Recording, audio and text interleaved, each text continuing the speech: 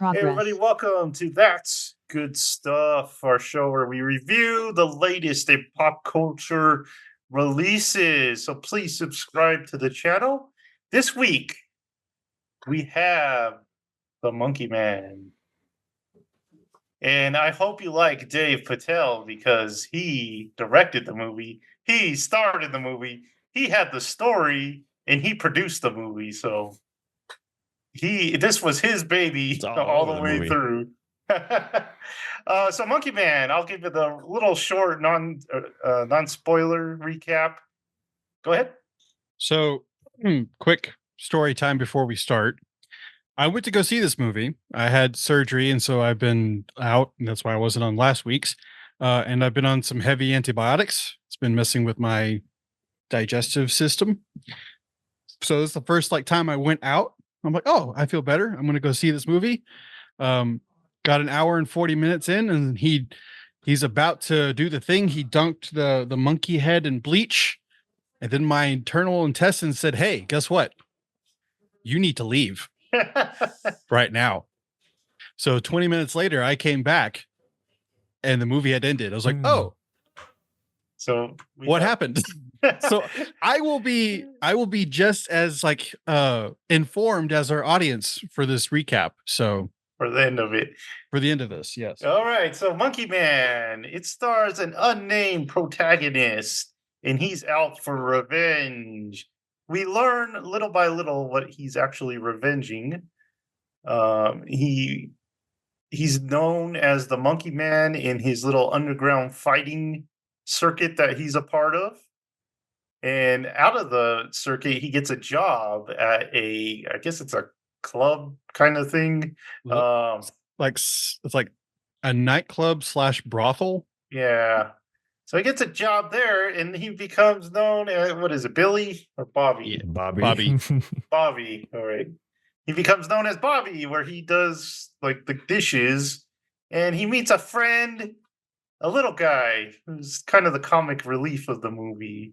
And so he goes through his revenge plot. It doesn't go too well the first time around. So he's got to take sanctuary with these outsider religious cult kind of group, where he learns more about himself and how to rise up against the evildoers so he can fight them in one glorious end battle, John Wick style. So that's the non-spoiler recap. So now we'll get into spoilers. So you've been warned. So okay, I gotta leave. Bye. You saw most of it. I did see most of it. I literally saw where he dunked the monkey mask into the bleach, and then literally my stomach went. I'm like, and the rest of the movie is pretty much just John Wick. Oh, 100%. It's definitely the coolest part of the movie, visual, fighting wise too. I missed the entire fight scene. Like literally, the last thing I saw was him putting that nail into that guy's head. I'm like, cool. I have no idea what happened. How did he get up this elevator? Where is this? I have no idea what's going on. So when you got back, what was happening? Was it the credits? No. So it's the main religious cult leader, not the one he took sanctuary with, but like the televangelist. The Indian Pope, I guess, is what he is. He's like the spiritual leader.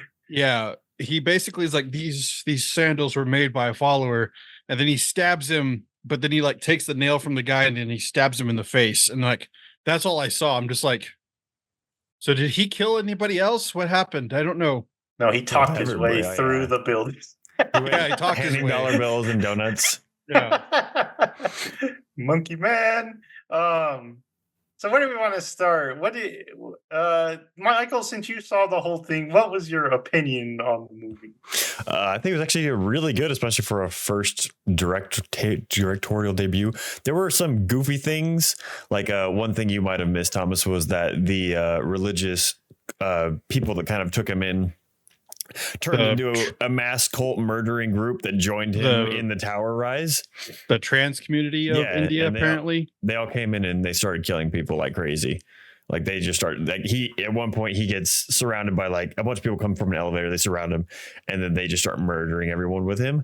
And I was like, they get their battle dresses on. I was like, that was a little far. Just the fact of like turning these seemingly, innocuous kind of rundown Peace-loving people. Yeah, peace-loving people into murderers was a little far. They do say that they were warriors once. Yeah, true. And there are a few things like that throughout the movie that it's like, where did this come from, and how is this going this far? I don't know. There's a lot of easy answers to the movie, which is give and take, because I feel like I enjoyed this movie's story more than like a John Wick movie. Like the arc of the character, and like the very, very satisfying, which is very sad that you missed it, Thomas, because the like second fight he has with Mr. Sergeant Cop Man is very satisfying. Chief of the police guy? Yeah. It's very satisfying. He kicks his butt and you're just like, yes, continue to punch this man. I am enjoying this. So it's very sad you missed that. He looks like a white actor. He kept reminding me of like that guy from The Walking Dead, the Negan guy.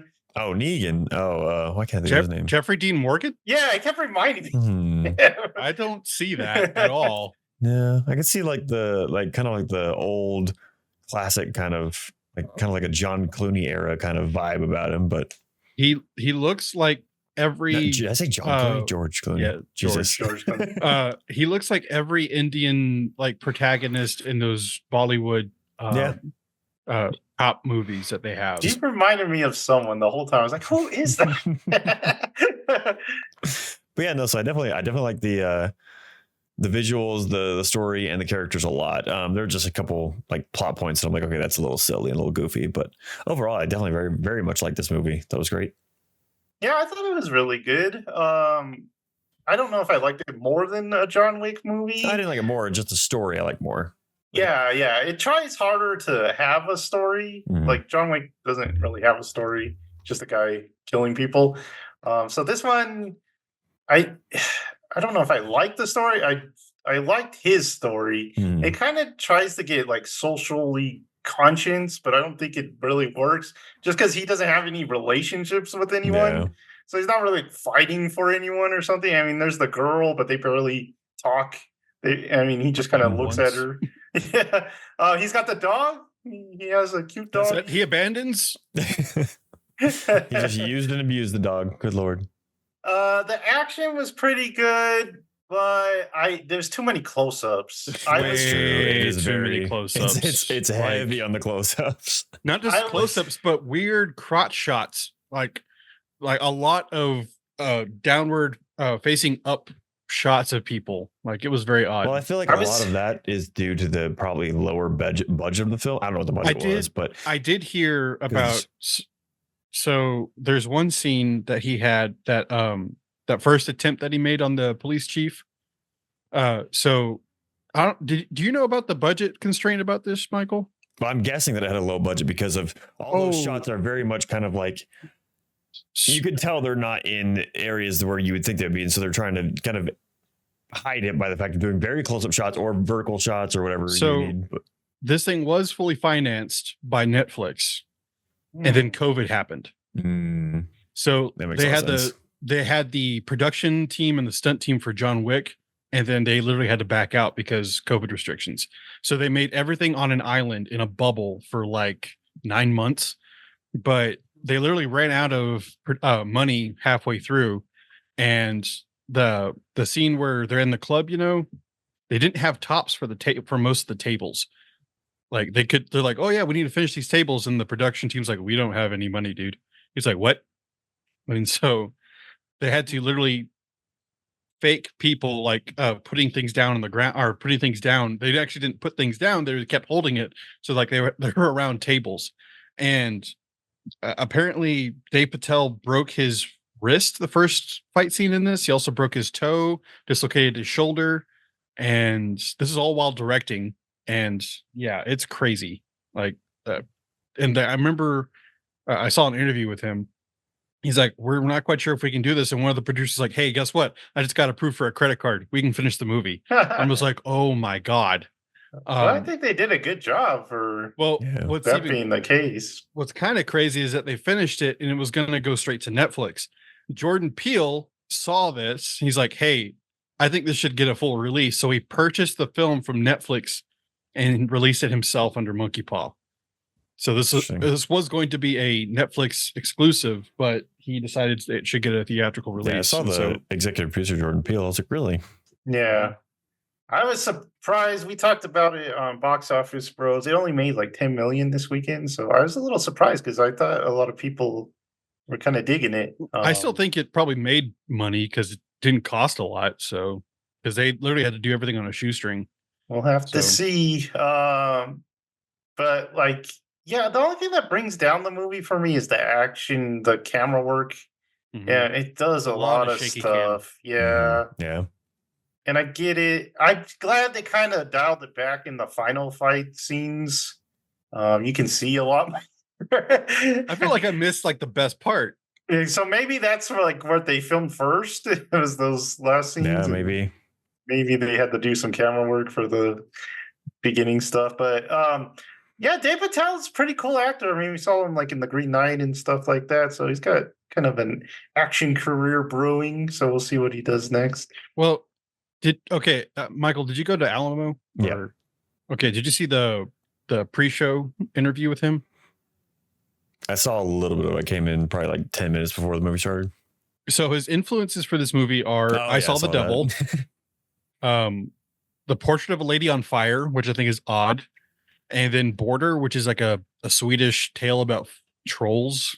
I mean, I've seen it because Hideo Kojima recommended it, and it's like it's an odd movie.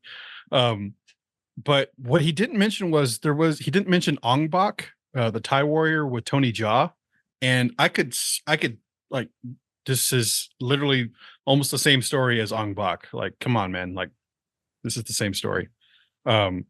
But definitely he has some artistic inspirations with some of these shots, especially the what do you call it, the drug tripping scene where he goes inside of his own heart, which I thought was kind of a cool effect. But he definitely tried to make this art house film, not just action film. So Mm-hmm. What was I going to say? There was a part where it was in the trailer, but everyone laughed at the part where he tries to jump out the window Oh, yeah. and he just like hits. It's kind of a realistic kind of what would happen if you actually just try to bounce straight off of that. yeah too. jump out of a window. So it did have a little bit of humor. Like I said, the little guy is kind of his sidekick and makes little jokes, and he's got the little car and stuff like that. That's Boogie. Yeah. What else? The Monkey Man. I mean, it kind of felt kind of just added to the movie because it was cool. I liked it, the underground fight scenes and stuff like that. But it just kind of felt kind of added on there for Random no cameo real purpose. from I don't remember his name. Oh yeah, The from South District African 9. guy. Yeah, that was random. He's just there. It's like, hi, what's up? What else? What else did you guys see? The music was cool. There was a lot of like Indian covers of known songs and I like stuff like that. the last song. Yeah. I forgot what it's called, but I think I have it saved somewhere. But that was a really cool song. Okay, so the last like shot of the movie I really like, that big portrait. Of Yeah. The battle of is it Rajbandu? The monkey man of lore that his mom keeps telling him about. I did like that scene or that shot, and then he just kind of falls down. So All this stuff I know from Persona. Yeah, right. I do like how the movie kind of revealed his backstory little by little. Mhm. That it didn't give you like all the answers at the beginning. I appreciated that. But yeah, you guys got any other things you want to say about it? I was a little confused about the religious aspect of this movie, mostly because I just don't know a whole lot about Indian folklore, I guess. Or Yeah, it's they have a lot of stuff. they have a lot. I know. Yeah. It's just, but I even like today they have certain casts of people, or they're not supposed to, but I think they still do, like the Untouchables type thing. I know about that. Which I don't even know if he was one or what, because they kind of just lived in the jungle, and apparently I don't know if they were Muslim and getting persecuted by the Hindus or reverse. I don't know. I don't know. Yeah, because there is like a certain sect of Hindus that believe in just one God, so it might have Yeah. just been them. That's what I was thinking because they kept saying God one or Mhm. like, he's the only one. And I was like, are they Christian? Because like even in the arena, South African guy was like, is there a Christian amongst us? And we're boo. Yeah. So I'm wondering if they were like a Christian outpost, but then she also references another God. So I don't know. I'm And there's like the subtitles for certain, like they're like his when he was growing up, so it's like maybe they're speaking a different dialect or something. Yeah, so I guess if you know like the politics and the religion out there, maybe it's it definitely makes it- interesting. I was confused about it because I didn't know the background, and so yeah. that made it a little hard to follow sometimes. Yeah, So, that's kind of what I was wondering. If like they were kind of booing and laughing at that whenever I was wondering, I was like, maybe he was like the kind of the one Christian that he was kind of half referencing to, because like That's him and what I his mom were thought, always yeah. saying like God and one God and all that stuff. But I did like the it felt almost like I feel like there's definitely a heavy anime influence, especially in that last like the really well shot fight scenes with the at the end that we saw. oh geez, you're Just- Just hey, not my problem. I go poo poo. But I feel like, yeah, man, that makes me really disappointed. But also in the sense of like they had to have shot that first, but also like the rest of the thing also gives me a kind of sense of surrealism with the kind of, it doesn't feel grounded or realistic in like leading up to it. Maybe that's a sense of like how it's shot and everything, or like even the world of it seeming almost like it feels like an anime. It feels like this white robed guy kind of gets his followers and build this whole thing up like some sort of Full Metal Alchemist kind of thing, and he's just leading his people to this crazy, control and power and everything like that. I President King Fura, yeah, whatever something you like call that, yeah.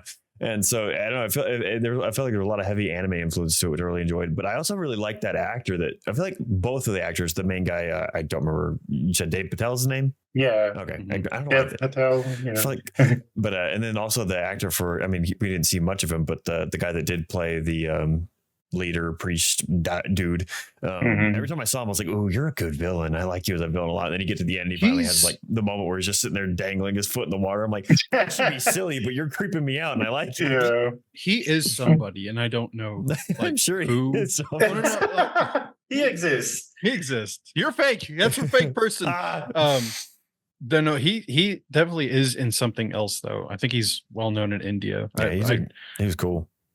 But I don't know his name. I don't either. Yeah. But from what I did see, I did enjoy this, and I also like some of the weird homages to Jungle Book, especially in the fighters. So you had Oh yeah, the snake and the con. Khan, Shere Khan, and then one of them was Baloo the bear. I was like, that's kind of interesting. But I don't know. I did enjoy it. Honestly, I'll probably just buy this movie because I did like everything I had to saw until I had to go, die in the bathroom for a minute. Yeah, I liked it. Yeah, it makes a lot more sense if you think about that in fight scene being the first thing shot, because like it's total John Wick. I mean, he's got like the little fireworks and he's shooting them off and stuff like that. And then the rest of the beginning is just like we said, the camera work that's just kind of crazy and doesn't focus on anything. And so I can totally see that. So it'd be interesting to see what they could have done with the whole budget, but yeah, I guess not bad for what it was. Yeah, I guess I kind of just thought of that if it kind of is intentional, because like in the beginning, I thought he was a kick butt fighter and he was just letting the guy win, which he was letting the guy win. But and then we see that when he tries to take on Cop Dude, he gets his butt handed to him, and which is like just all revenge stuff. Just pull the trigger, man. Just pull the trigger. It's like he sits there and has to have his moment. Oh, I know. It's like, well, now you're gonna get your butt handed to you in the bathroom. But then he comes back, and it's almost that could be excused as intentional of how well and clean it is shot, because he is so confident in kind of a stylistic choice of, because like literally that whole fight scene, Thomas, is completely different. Like shot wise, everything, he is just almost untouchable. He gets hit a few times, but it's just like he's a demon going through there. So this whole movie was made for $10 million, so which is like they got even nothing really, yeah. especially when this is a remote location, a remote shoot. I mean, for 10 million bucks, I don't even. Yeah, hopefully What were word they of mouth eating? will Rice get and it out. water? Yeah, I was so surprised because it looks like John Wick. It had a good trailer, and then everyone who's been reviewing it has been Yeah. like, It's I saw a review for it. It's like this is a misrepresented trailer, but still good. Like because the trailer, you think it's going to be balls to the Yeah. walls action the whole movie, and that's what I was expecting. I was like, okay, this is kind of an introspective type drama. So, mhm. but yeah, Yeah, all right. It's true. So, any last words for Monkey Man? I was disappointed he didn't keep the mask on though. Yeah, I kind of was like, because he Aw. like takes it off He right takes away it in off. the alley. I'm like, no, go through there and look like a crazy person for a little bit. Scare But you people. probably can't see, man. You just- True. But I also did enjoy that he like everyone's reaction when they first see him, like, oh, that's the dude that was like going crazy. Like everyone starts freaking out and running around. That was satisfying. It'd be cool if he kind of like ended the movie by putting the mask back on. Yeah, go two ahead. things real quick. What happened to the sidekick? Nothing really. Yeah, because he was at the He's show, at the match, cheering on Monkey Man. Yeah, I saw that. Then, Did and then was he's like visiting- watching TV. He watches like the end, right, on the news, because there's like a bunch of people watching the news. Okay. I And then don't what really happened remember. to the girl? She the lady that first hires him that says for the dishwashing job. Queen something. Yeah, the Like pimp woman. Yeah, after a big fight in the main area, she comes up and just firing a gun at him like crazy. But after all, like the trans group comes up and just starts fighting with him, and then the lady, that chick, comes and hits her in the back of the head with a pan, and is like, it screams, and then he cuts off her thumb and takes it to open a door later on. I was like, Yeah. I will say, I did have there were probably 5 people in my auditory or theater, which I went at 11:50 this morning, so it's a Sunday morning, like no one's gonna be there right now. But they were the best 5 people you could watch a movie with. Perfect reactions the whole time. Didn't say a word, was just like, oh, ooh, oh my god, oh, and it's like, yes, you guys are great. I went on Thursday night, and literally the entire like back half of the theater was filled up. They were all laughing. Like it was all laughter. I'm like, Yeah, I got a lot of why- laughing. why are you all laughing? This I got- isn't funny. I got a few laughs, but like at the bright spots. But Yeah. they But, like, they were the- oozing. Ooh. Yeah. But like they were laughing at parts like in the temple. I'm just like, this is not a funny part. So I did kind of like the montage of him like Rocky training when he's punching the bag and the guy's drumming. I like that. Yeah, I like how it was like first he was getting tired, and then at the end the drummer was like, oh, like I can't keep up with you anymore. Yeah. And I thought the person that did, like, the person who was looking after him and kind of leading him did a really good job acting as well. Kind of like tell him about the story of the statue of, I don't know what it is, but Oh yeah, and the tree and I liked it. I liked the acting really well. Yeah, they're good acting, good performances all around, and be interesting to see what this group does next. Mhm. But yeah, I think Patel. that's going to do it for this time. So like, subscribe, and notify yourself for even more good stuff to come. And we will see you next time. Bye.